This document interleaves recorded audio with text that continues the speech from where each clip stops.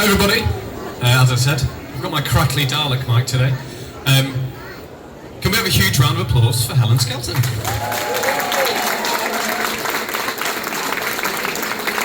Hi Helen, how are you? I'm very good, thank you. I'm conscious that loads of you are standing at the back. If there's loads of, you can come closer if you want to sit on the floor and snuggle down. I'm enjoying this young man here who's already so bored. He's like, oh. Good. Anyway, thank you all for turning out and coming along and getting stuck in, and I hope you have a lovely day. Who's shouting downstairs? It's the DJ. Oh. That's me. Should we share this one? Okay. Oh, he doesn't like that, and then he can't talk whenever he wants. Oh. Go. Okay. So Helen, welcome to York. Before we get into the store, have you had a chance to have a look around this beautiful city? I live about an hour and a half from here, so I think York is probably one of those places where we come to the race. Is anyone from York? Oh, yeah. I apologise, I have been to the races with lots of my girlfriends. We have done all of the things that racegoers do, and for that I'm sorry, but we will probably do it again. Yes, I've spent a lot of time in York. It's a beautiful city. I think anybody in the north, it's one of those cities, even though you live like an hour and a half away, when you meet people abroad, you almost make out that you're pretty much from here. I tell people I'm from the Lake District. I live in Penrith, it's not the Lake District. But similarly, yes, I jump on the coattails of York a lot. So please keep it as beautiful and fabulous as you do. Okay, so onto the store. So this is going to warrant a round of applause. This is Europe's biggest outdoor store. What are your first impressions? Well, I think Carly was getting a bit stressed out because I just kept running off. I have not seen, for me, this is the shiniest, poshest, nicest go outdoors store that I've been to. They're all pretty nice and full of fun things, but I think most of the stores are very practical and you can get all of the stuff you need. This is actually like a posh store, isn't it? Like, it's really clean. Apart from anything else, even the outside is clean, and it's if you've got kids and you like this kind of shop, all the boxes are ticked. It sounds practical and boring. Being able to park easily without scratching another car, get the car seat out, get a pram out without scraping the side off a Tesla is just a brilliant thing. You add into that the coffee shop, amazing. I spend a lot of time in go outdoors stores, and now that you can eat here, it's probably concerning for me. I mean, I'm guessing your local Penrith store now feels like a sort of village shop compared to this. I'm about to be banned from my local go outdoors store because I love the soft play as much as the next person. But go outdoors stores are free on a rainy day. You can spend hours in the tent. And what's nice is that the people are really nice. Like, we go into the Penrith store, my kids run about on the bit where you test the shoes, they play in the tents for ages, they stack up the tent carpets like Jenga, and no one gets cross. Like, no one pressures you into buying anything, nobody like hassles you and hustles you, and that's what's genuinely nice about the people that work in this business.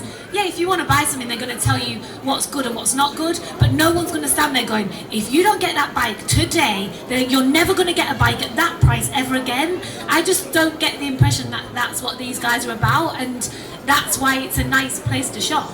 I think a lot of stuff in here, like your bikes and your tents, are big price points, and none of us have, well, I don't have £1,000 that you can just drop like that. You've got to think about those kind of purchases.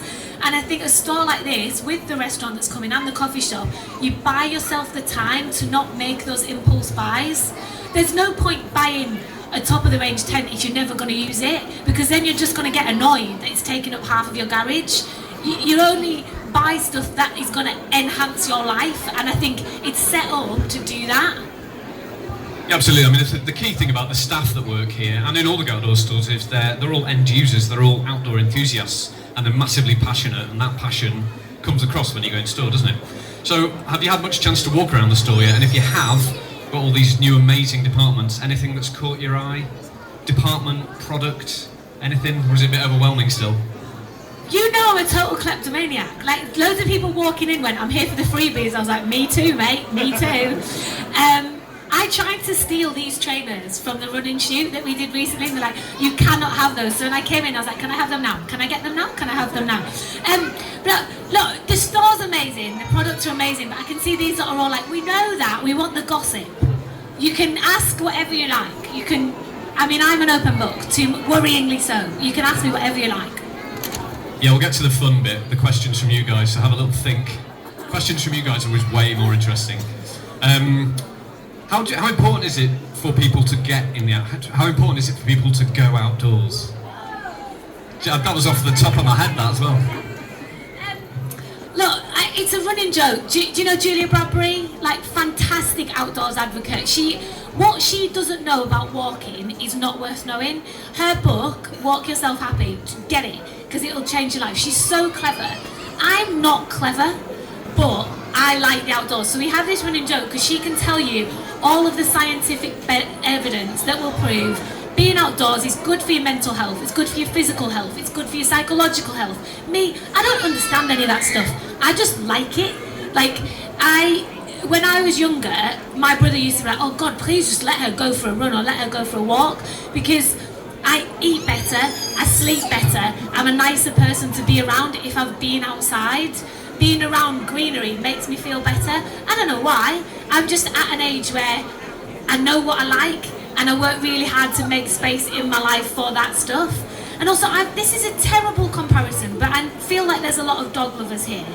I've got 2 boys and then a girl, and for me, little kids are like little dogs. Walks and treats, and always pick up their poo. And if you do those things, like, my kids are just happier and better behaved if they've been outside. Of course, they're hurtling towards that age where my eldest is like, I do not want to do that, I want to go on my Xbox. Once he's outside, I cannot get him out of the lake. Like, a few weeks ago, my eldest was swimming in his boxer shorts in the lake, and all these parents are like, it's a bit cold for that, isn't it? And I was just like, nice to see you. He's so happy and so... It's really hard for me to be able to put into words the effect, but you know when you see your kids just belly laugh, you know, they'll play for hours. We went to the beach the other day and they played for 8 hours and not once did they argue. I was on tenterhooks all day, so I was just waiting for it. Like, when you've got multiple kids, you have to accept at any point one of them's going to be being a bit of it. And all day I was waiting for one of them to kick off.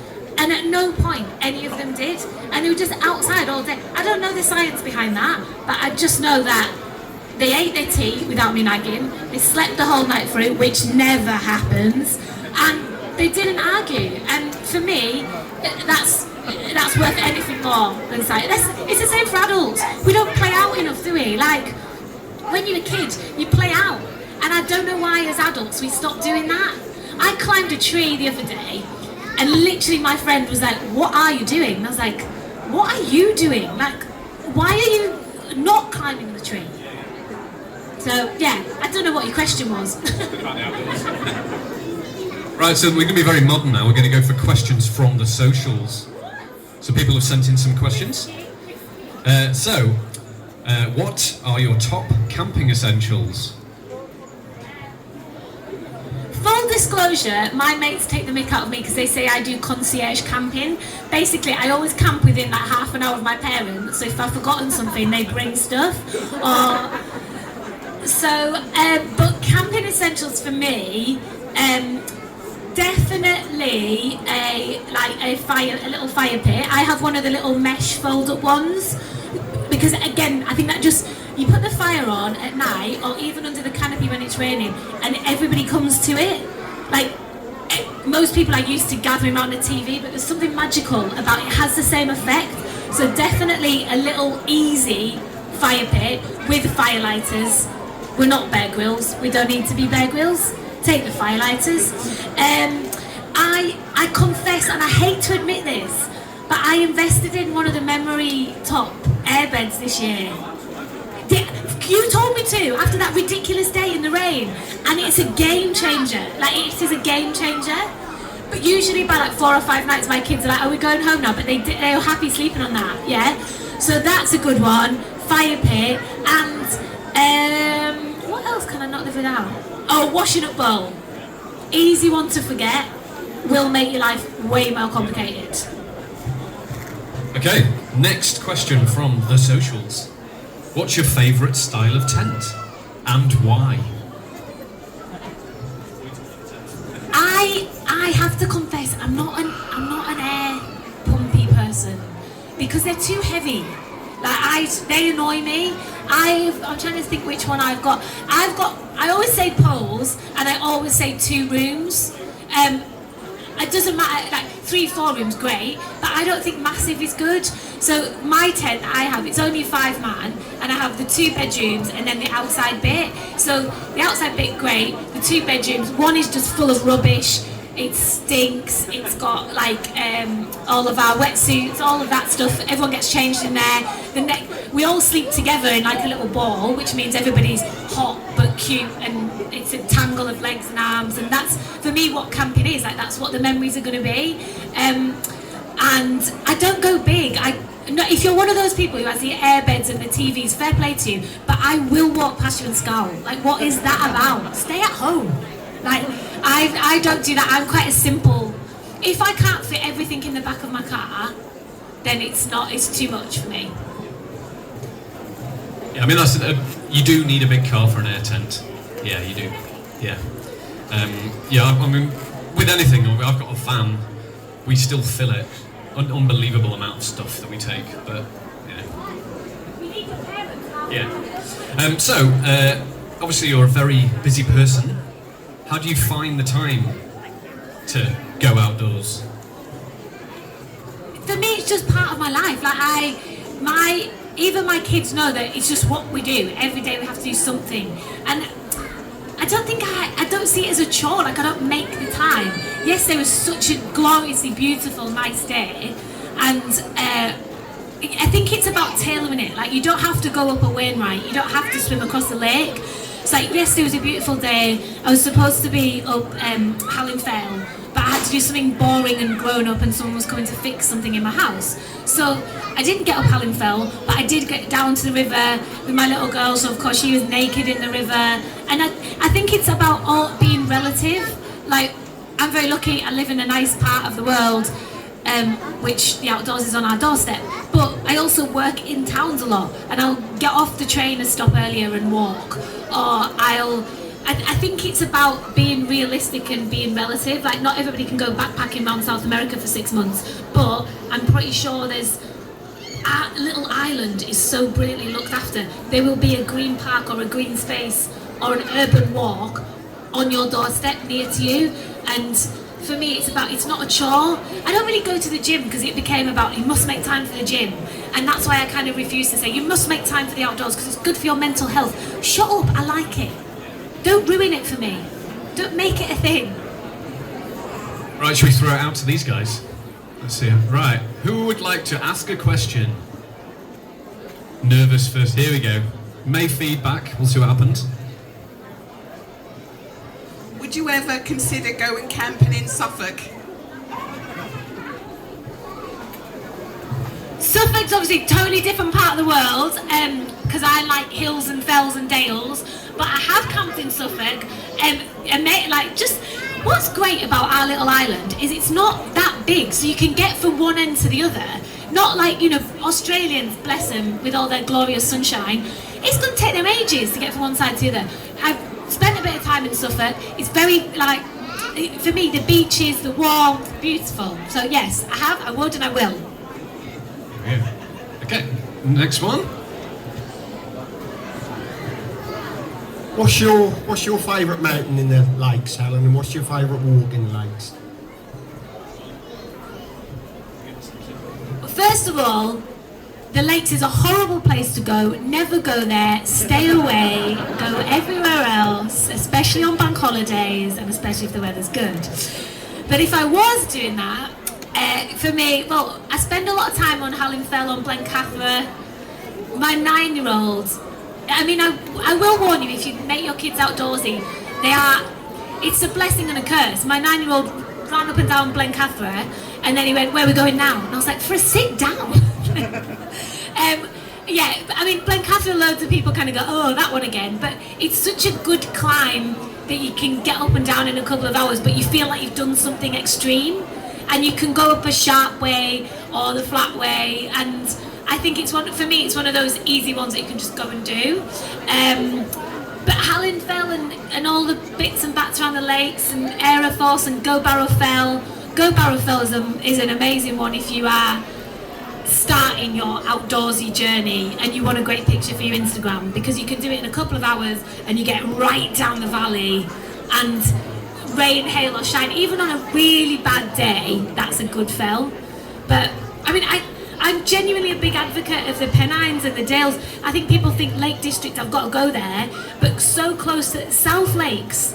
The South Lakes is probably overlooked a lot, and it's got some amazing places and amazing water. I've got a programme coming up next Thursday, which is all about the Yorkshire Dales and the Wolds and the Yorkshire coast.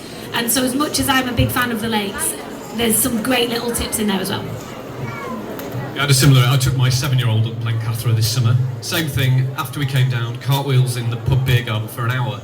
Yeah, mad. Right, who's next?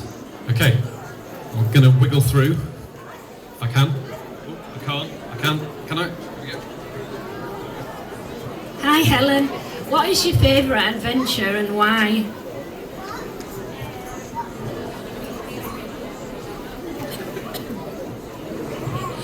I was really lucky in my former life as a Blue Peter presenter to do so many mad things. And do you know, it's scary now. You know you're old when like adults come up to you and they go, oh, Blue Peter. I met someone the other day who was like, oh, I met you on Blue Peter. And I was like, oh, really? Like, what did you do? Were you like a cameraman, this, that and the other? And he went, I came on a school trip. And I literally was like, shut up, stop talking, walk away. But I was very lucky in that chapter of life. I did some big old mad ones. But I think the Amazon will always be the one that holds the biggest part of my heart, because if you think adventure, it was that in every way. Like, we didn't know where we were going to eat, we didn't know where we were going to sleep, we didn't know, it was, when I tell my kids they think I'm making it up, we met like real pirates, not with like parrots and swords and bandages on their eyes, like guys who came on our boat and wanted our coffee and wanted our sugar.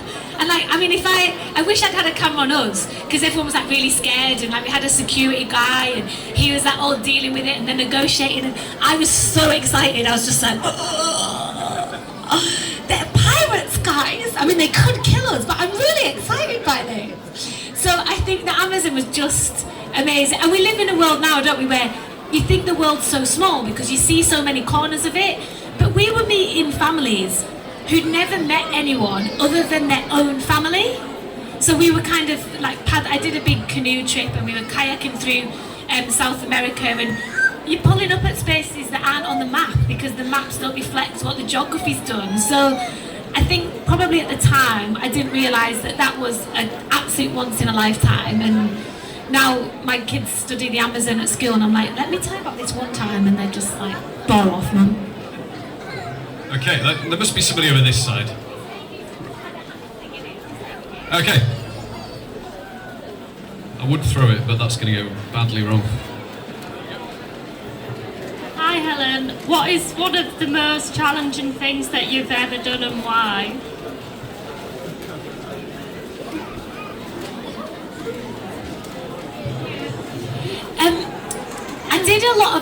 I always say it's a fine line between brave and stupid. And like when I used to get the chance and pitch stuff at Blue Peter, I didn't really understand. So like, does anybody rock climb? I did ice climbing inside a Mulan, which I didn't know is apparently like the most dangerous place in the world to rock climb. So stuff like that's challenging, but it was that wonderful sense of ignorance that it doesn't, you don't realise it's challenging. Running, I signed up to do 80 miles in a day, and I was like, yeah, fine, because I'd never done a marathon, so I didn't know it was hard.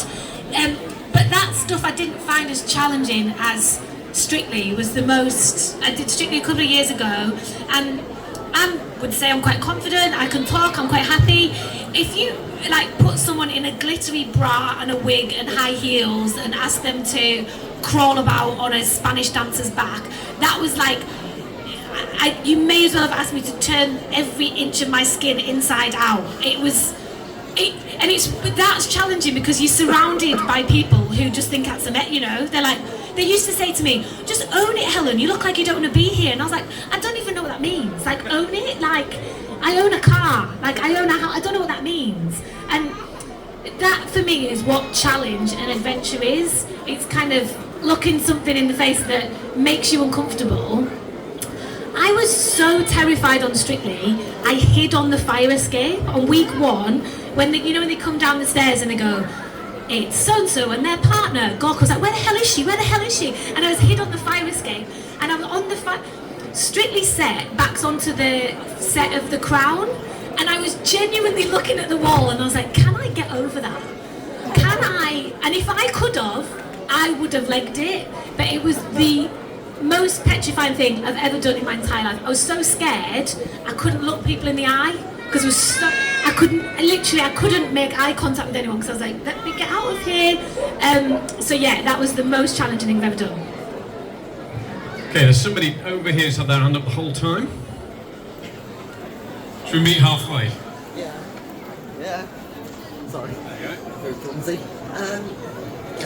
They've both got stalls here today, but how important are the guiding and scouting movements in building a good foundation for later life? There we go. Later in life. That's bad. How important are guides and scouts for building a good foundation? I think when you become a parent, it has a very funny effect on you because you don't. I was lucky. I was a brownie, and I was actually got kicked out of the guides. I was a brown because we played hide and seek, and I hid in a skip. Right? I won. They couldn't find me for hours. So anyway, I'd like to say that I was kicked out for being too good at something, but my mum was a Queen's guide, so she doesn't like to talk about that. So I think when you're growing up, you take all that stuff for granted. You have football coaches and brownie leaders and youth club leaders, and you just navigate life. And then when you become a parent and you see other people investing in your kids and taking the time to spend with your kids, it kind of gets you different. And I don't think I'll ever take that for granted. And what I'll never take for granted is the amount of people who introduce kids to something that's not what they normally come across. My family really sporty and really outdoorsy, but I really try and push them towards stuff that we don't do, because kids don't come out one size fits all. They're all good at different stuff and they all like different stuff and they all get motivated by different stuff. And I think what guides, brownies, scouts, beavers do is introduce kids to a chocolate box full of stuff that might see them fulfill their potential. And if we're walking down the street next to a kid who's doing something amazing, that's benefiting us all. So I guess what I'm trying to say is the ripple effect of helping a kid be a good kid and a good person with good life skills benefits communities, towns, villages. So we should all do our bit, I guess is what I'm saying. Great question, thank you. Here we go. We might be getting close. We'll do you and then this boy down here, and that might be it because we've got a raffle to do and there's a lot of prizes. What's your favourite place to camp and why? I like to camp by the water. So my kids are early risers and late to bedders. So we spend a lot of time early morning in the water before people are there, or late in the evening when it's warm. So camping anywhere near water, and as I said before, anywhere near my parents when I can get that bit of help. But yeah, for me, my friends like to camp in the woods and just be nowhere near anyone. I'm not bothered about. I don't do campsites with bars or electric pit. I'm not about never go to an electric pitch. Don't need to. He'll advise you on a solar panel. What this guy doesn't know about camping. Okay, this young man down here. I'm coming through. Hi, Helen.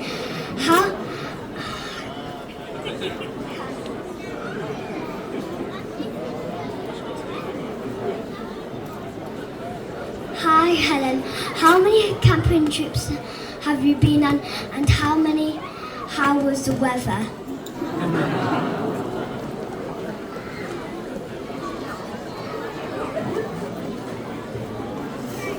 Thank you for that lovely question.